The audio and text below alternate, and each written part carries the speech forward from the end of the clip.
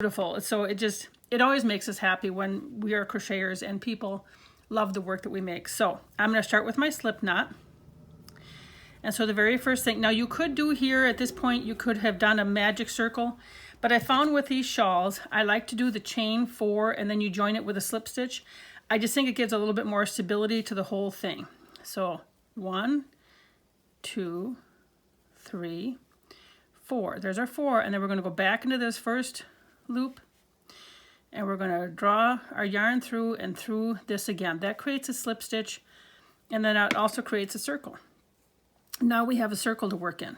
Of course, sometimes it's hard to see. You kind of have to stick your hook. Once you stick your hook in there and you start working in there, there it is, you'll be able to see it. It's actually right there.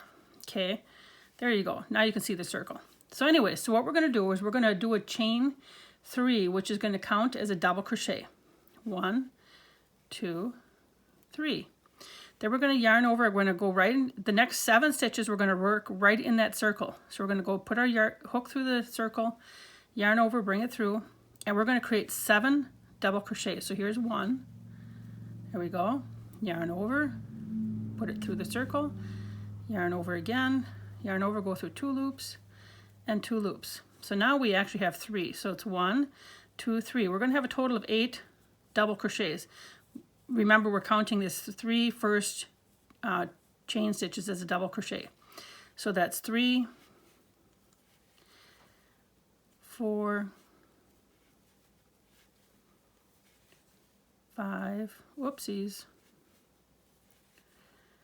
5,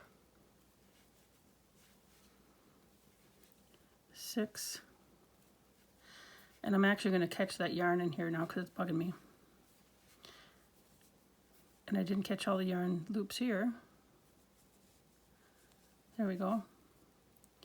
And I believe that this was 7. Now that I've talked in between, I lost my count. I'm pretty sure that's 7. I'm going to count in a second here. 8. So let's make sure that we have 8 double crochet in this circle.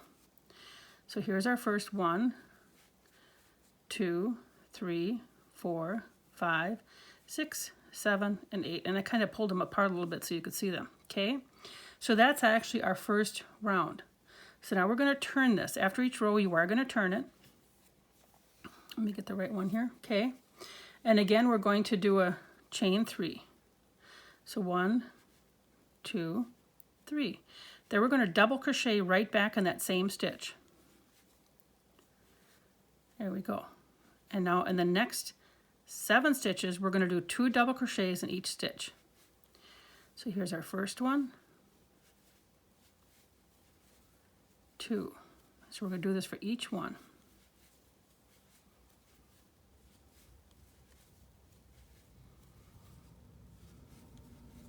And I will have a stitch count chart for you on this too, because I did count in between each one to make sure I didn't skip loops, and I didn't want to have such a nice pretty thing be elongated the wrong way or have something happen. So I did count every single row.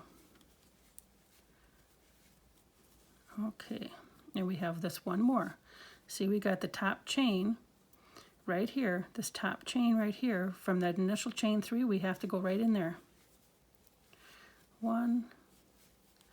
Now we should have 16 stitches. So let's count.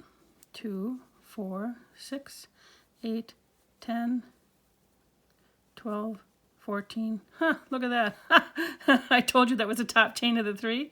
It wasn't. That was still the top chain of this stitch. So that's why it's really good to count. Here's my top chain of the 3. See how smushed that got? How little?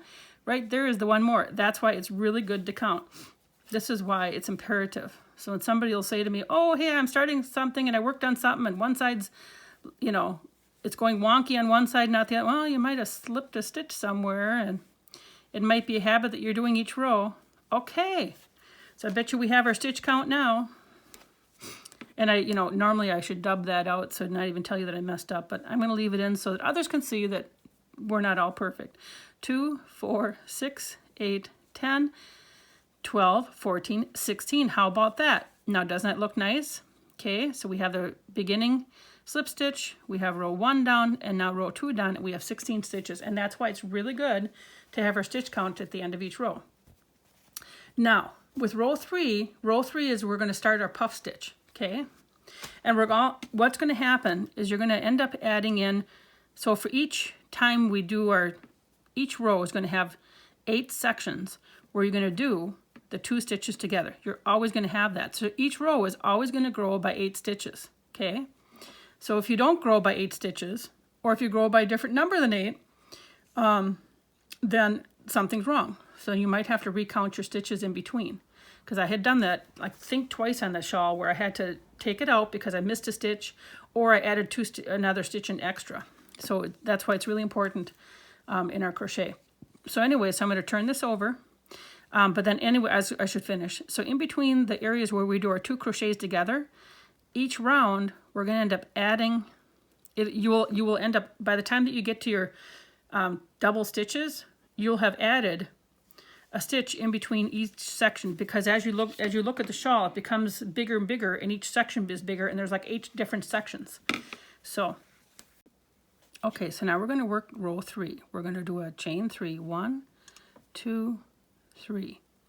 We're going to yarn over, and right in that same stitch we're going to work a puff stitch. So we're going to yarn over, bring it through, yarn over, put our hook back in, yarn over, bring it through, yarn over, put it back in, yarn over, bring it through, yarn over, put it back in, and yarn over, bring it through. There's 4, like half, almost double crochets on here, but we should have 9 loops on the hook. So 1, 2, 3, 4, 5, 6, 7,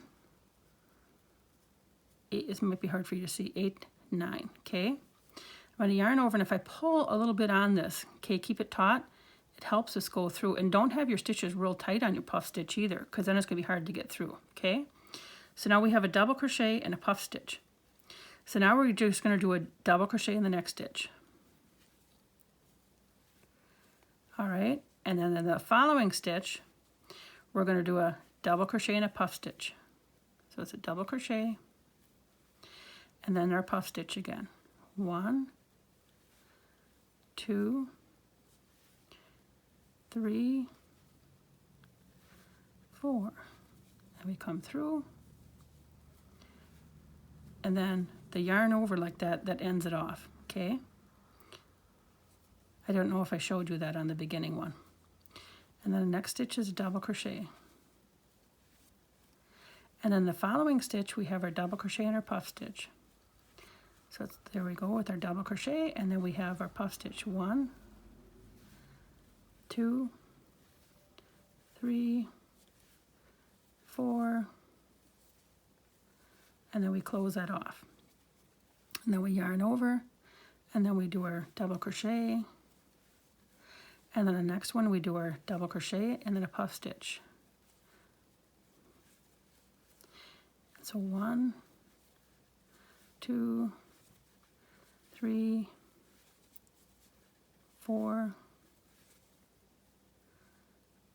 Let me see if I can bring this through.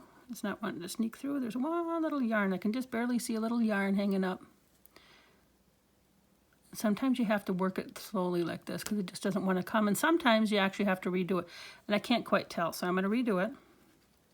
This is how it goes. Because I just can't quite see it. 1, 2, 3, 4. Let's see if we can get this through easier. There we go. Slipped right through. And there we go. And so I'm going to continue doing this pattern of 1 double crochet, and then double crochet in the next stitch and a puff stitch. Okay, so I'm going to continue working this to the end, and we should have, when you're done, we should have, I gotta look, 24 stitches, okay, between the double crochets and the puff stitch. You should have a total of 24 stitches. So I'm going to meet you right on the other side here. I'm going to keep working this, and I just got a few more to go. I'm going to meet you right back over here, okay? Okay, I just finished my row 3 over here, and again, and what I did is I ended up with a double crochet, and you will end up however many stitches you have to put in between the rows. Like here it's 1, this row it's 1. So as you progress in each row, that's how many you're going to have after that last puff stitch. So here it's 1. The next row is going to be 2. So then you'll have 2 on this side after the. So So we're going to count. We got a double crochet and a puff stitch and a double crochet. So we go 1, 2, 3, 4, 5, 6, 7, 8, 9, 10, 11, 12, 13, 14, 15, 16, 17, 18, 19, 20, 21, 22, 23, 24. And that is correct. We're going to turn it and we're going to work on row 4. And now it's just the same pattern. You're just increasing the stitches in between each row. So a chain 3, 1, 2, 3, and a puff stitch back in that first one. So yarn over 1, 2, 3. Hang on, my yarn is catching. 4. And pull it through. There we go. One more to close it off. Okay. Now, when you're going to go on top of the puff stitch, this part here was just that part to close it off. Okay. I went into this part here because this was actually the stitch part. So this one here is what I went into to do my double crochet. So there's 1, and then on top of the next double crochet, 2. So now we're doing 2 after that. So in this one here, right here, now we're going to do our double crochet and then a puff stitch. Okay. And of course my daughter, you know, when I was first making that other, my shawl, she says to me, yeah, Mom, those are really cool. It looks like random little puff stitches. It's like, yeah, they're not random. I'm counting. It may look random. It does in the beginning. It looks like they're really random, like you're not even counting or having a care in the world. There we go. But as the shawl progresses, you'll see, to me, it looks like little footprints, and it's just, so here's my 2 double crochet, and then I do my next one, I do my double crochet and my puff stitch. So you can see how it's really coming along here. But as the shawl progresses, you'll be able to see, it really does look like rows of little footprints, and I think I did 4 on that. I didn't count. I'm going to have to go back and look. But this is just a sample. But you'll be able to see how you have an offset puff stitch. Every single row, you're going to have an offset little puff stitch, and then you turn it. The next row, you'll have 3 double crochet in between, and the next row is 4. Okay, so I'm going to have the stitch code chart and everything for you too. But here's how you work this lovely pattern. Here's how you start it. I'm currently on row 4. With row 4, I should end up with 32 stitches. So on the other side here, I should end up with 2 stitches past that last puff stitch. It's going to be over here. Okay. Okay, so I wanted to make sure I showed you working with this thin yarn here. I promised you that I would. This here is the actual skein. You can see it's about half used here to make this market bag. This is a Cotton Kings Twirls. It's 100% cotton yarn. The color is number 7. And I believe that it's 874 yards. I'm not going to use quite all of this. It depends on what I end up doing with handles. I may crochet some handles yet, but there will be plenty to make the market bag with the increasing rows and the decreasing rows. So right here you can tell the shawl that I'm working on is just, I'm just starting to get into the first color change right here. And this is going to continue to get lighter as I move up the side where I'm decreasing. So I'm still on an increasing row. You increase to row 25, and then the next row you're going to start to decrease, and after that you'll decrease every row until the other side of the market bag looks just like your first row that you completed on this other side. So let me show you how that's done on this. I just want to make sure that you can see how this is done on this fingering yarn. So again, here's that previous row. We got the puff stitch, and then there was the double crochet after that. Okay, so let's do that puff stitch. Going to yarn over, bring our yarn through. That's 1, 2, 3, 4. And you can see it's really quite nice working with this yarn. And it's really kind of I call it a yarn, but I'm going to show you, it's really 4 little strands of thread that's held together. And it's going to hold up really nicely for this market bag. So we yarn over, and the next stitch we're going to double crochet. Here we go. And then every stitch we're going to double crochet to the end, but that was the increasing row. And then remember on the end, we're going to do a puff stitch and then a double crochet in that very last stitch. So I'm going to work the last section here all the way to the end, and then we'll work that puff stitch in the double crochet, and then I'll show you how to decrease. We're going to do 2 double crochets together twice, and so that takes care of the increasing stitch, and then it also decreases each section by 1 stitch. So I'm going to work over to here, and then we'll work that row.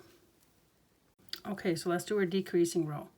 We're going to chain 3, 1, 2, 3, yarn over, and then right in the same stitch we're going to do our puff stitch. 1, 2, 3, 4, yarn over, bring a hook through, and yarn over, go through one more time. So the next 2 stitches we're going to yarn over. These next 2 double crochets, we're going to do a double crochet 2 together. We're going to turn these 2 stitches into 1. So we're going to yarn over, put our hook through, yarn over, go through 2 loops. You now have 2 loops on the hook. Yarn over, go to the next stitch, yarn over, go through 2 loops, and then yarn over, going through all 3 loops. So that turns those 2 stitches into 1. And we're going to do that one more time. Yarn over, go through the loop, yarn over, go through 2 stitches, yarn over, go through the next stitch, yarn over, go through 2 stitches, and yarn over, go through all 3 loops. That's 2 double crochet, and then together, and then we did another one. We repeated it.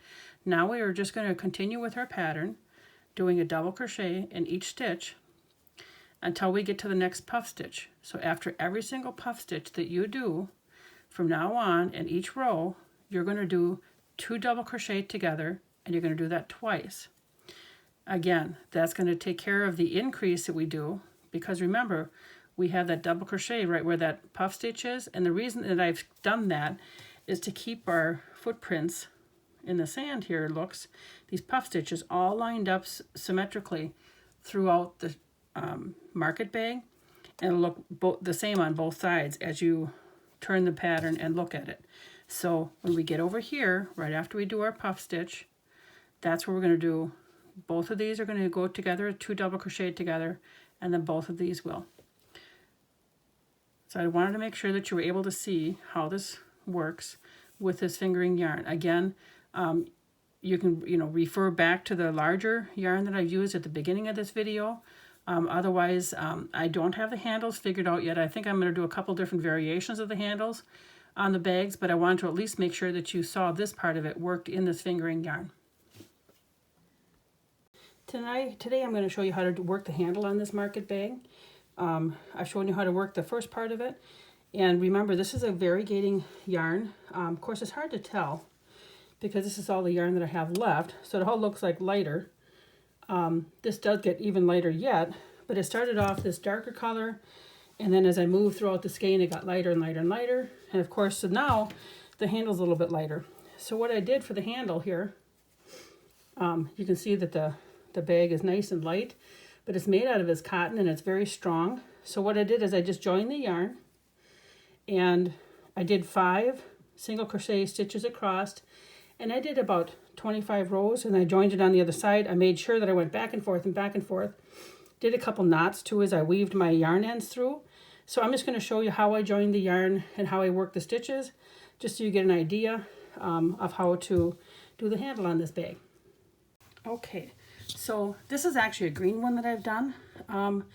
This again was worked in another Cotton Kings Twirls.